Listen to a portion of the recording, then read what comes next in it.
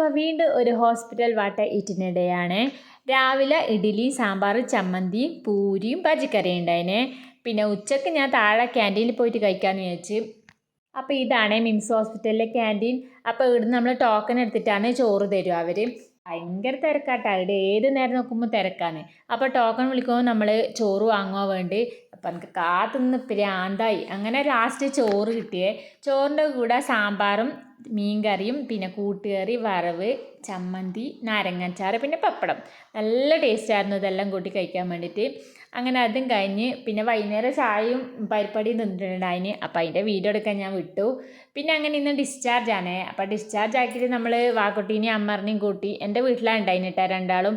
അപ്പോൾ അവിടുന്ന് കൂട്ടി നമ്മൾ കരുവള്ളൂരേക്ക് പോയി. കരുവള്ളൂർ എത്തിയിട്ട് നമ്മളൊരു തട്ടുകടയിൽ നിന്ന് പത്തലും ബീഫ് ഫ്രൈയും പിന്നെ 2 ചിക്കൻ കാലും ലൈം ടീയും വാങ്ങി. നല്ല ടേസ്റ്റ് ഉണ്ടായിന് ആ പത്തലും ബീഫ് ഫ്രൈയും. അപ്പോൾ ഇന്നത്തെ വാട്ട ഈറ്റിനിടെ ഇത്രയേ ഉള്ളൂ. Okay, bye.